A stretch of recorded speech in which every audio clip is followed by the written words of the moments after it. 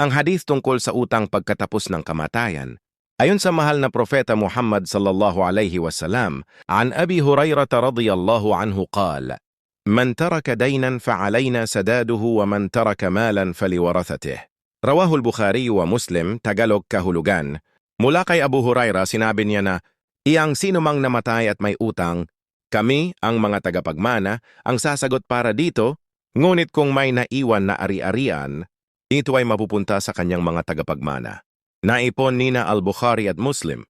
Pagpapaliwanag, ang hadith na ito ay nagpapakita ng kahalagahan ng pagbabayad, ng utang at pagiging responsable sa mga obligasyon, hindi lamang sa buhay kundi pati na rin pagkatapos ng kamatayan. Ayon sa hadith, kapag ang isang tao ay pumanaw at may utang, ang mga tagapagmana o pamilya ay may tungkuling tapusin o bayaran ang mga ito.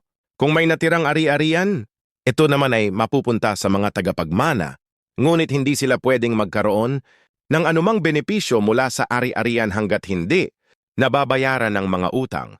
Ang mensahe ng hadith na ito ay nagpapakita ng kahalagahan ng pagiging tapat sa mga obligasyon at pananagutan sa buhay. Kung nagustuhan mo ang video natin, ngayon huwag kalimutan mag-comment ng Masya Allah sa ibaba. Salamat sa panunood.